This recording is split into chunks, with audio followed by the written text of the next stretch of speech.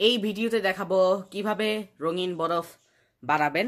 তো উপকরণ হিসেবে আপনাদের লাগবে এই যে পানি, বাটি এবং ধোয়া যায় এমন ওয়াটার কালার এবং কাগজ।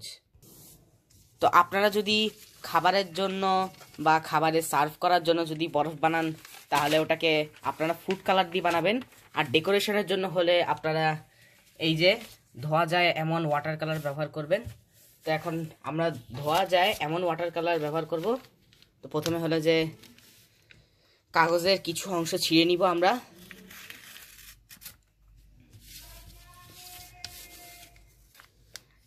এরপর হলো যে যেই রঙের বরফ বানাবেন সেটিকে এই যে কাগজে ঘষে নিতে হবে সেই রঙগুলো। আমরা এখানে লাল এবং এই যে বেগুনি রং ব্যবহার করব।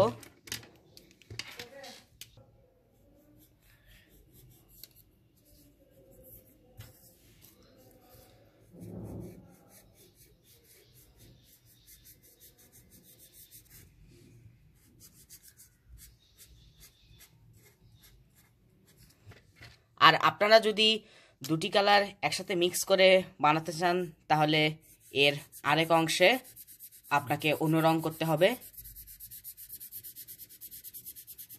এবার আমরা একটি পাত্রে পানি ঢেলে নিব।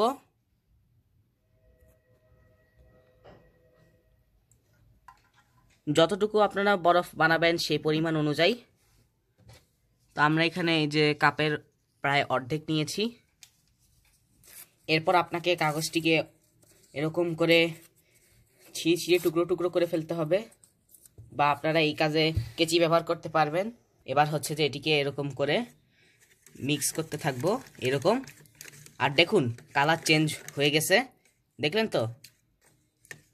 আরও কিছুক্ষণ করলে আরও একটু কালার এরকম চেঞ্জ হতে থাকবে এবং কালারটি আরও ভালো হবে।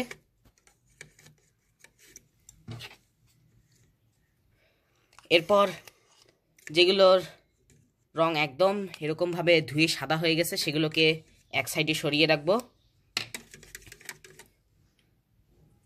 এবং দেখুন এটি কীরকম গোলাপি রং হয়ে গেছে। এরপর আমরা অল্প একটু করে আইস ট্রেতে ঢেলে দিব ঠিক এইভাবে, এবং এটিকে -15°C 4 থেকে 6 ঘন্টা রাখার পর এগুলো এই যে আমরা আগেও এরকম বরফ বানিয়েছি এরকম হয়ে যাবে। আসলে এগুলো বেশিক্ষণ আমি ফ্রিজে রেখে দিয়েছিলাম বলে একটু রংটা ফ্যাকাশে হয়ে গেছে। এবারে হলো যে বরফগুলো এরকম অসাধারণ লাগবে।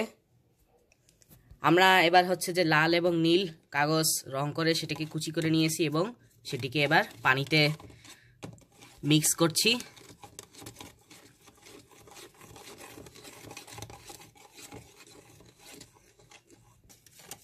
এই পাত্র থেকে এই পাত্রে ঢেলে নিলাম।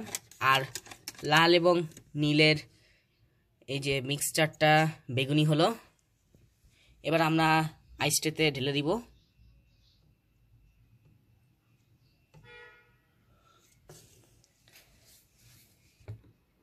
তো আপনাদের একটি বের করে দেখাই কিরকম হয়। তো এই যে দেখুন একদম কালার চেঞ্জ হয়ে গেছে। লাইটের দিকে ধরি, দেখলেন তো এটা গোলাপি রঙের। এবং আরেকটি যে রয়েছে এটি হচ্ছে যে নীলাভ সবুজ রঙের। এই যে এটি দেখতে এরকম লাগে। আর একটা বিষয় অবশ্যই লক্ষ্য রাখবেন যে যদি আপনারা এরকম বরফ খাবারের জন্য ব্যবহার করেন বা খাবারের ডেকোরেশন হিসেবে বা ড্রিঙ্কসে ঢালেন তাহলে সেগুলো আপনারা ফুড কালার দিয়ে বানাবেন। ভিডিও শেষ করার আগে আরও কিছু কালার মিক্সচার দেখাই দিই কী রকম রং হয়। তো এটি হচ্ছে বেগুনি এবং সবুজ।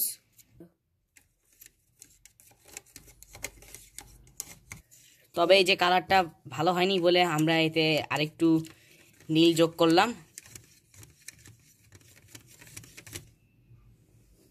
এই যে রংটা এরকম হয়ে যায়, নীল এবং বেগুনির মিক্সচার লাগছে আমার কাছে এটি। তবে রংটি এবার সুন্দর হয়েছে। আইস ট্রেতে ঢালা হচ্ছে।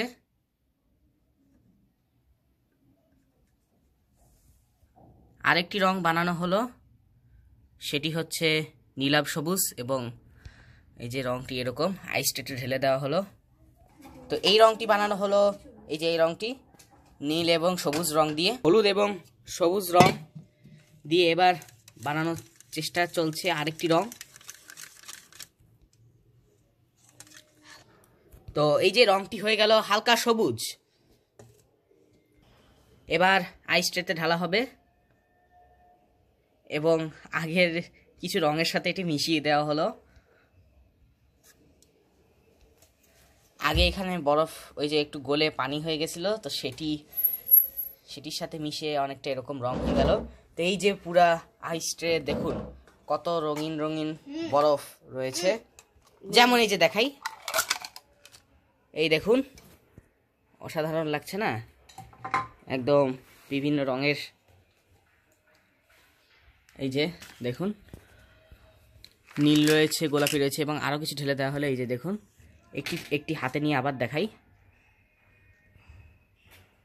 লাইটের দিকে ধরিয়ে দেখুন নীল দেখতে পাচ্ছেন না আপনারা, এই যে নীল রঙের বরফ। আর এই যে আবার ঢেলে দেওয়া হলো। তো এই হচ্ছে রঙিন বরফ।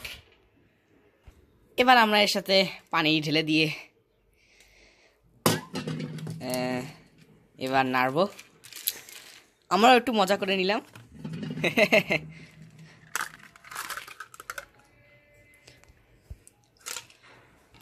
দেখতে অনেকটা রঙিন মার্বেলের মতো লাগছে এখন।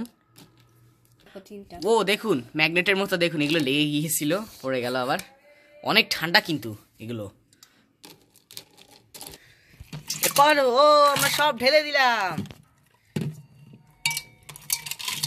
এই যে আমরা হলাম যে দেখুন পানির রং চেঞ্জ হলো কিভাবে, সেটি হচ্ছে যে এই যে দেখুন আমরা এই বরফ থেকে একটু পানি দিয়ে সেটিকে গলিয়ে ঢেলে দিয়েছি। ভিডিওটি ভালো লাগলে লাইক দিবেন, এবং এরকম আরও ভিডিও দেখতে চাইলে চ্যানেলকে সাবস্ক্রাইব করে পাশে থাকা বেল আইকনটি অন করে দিবেন। আজকের মতো এই পর্যন্তই।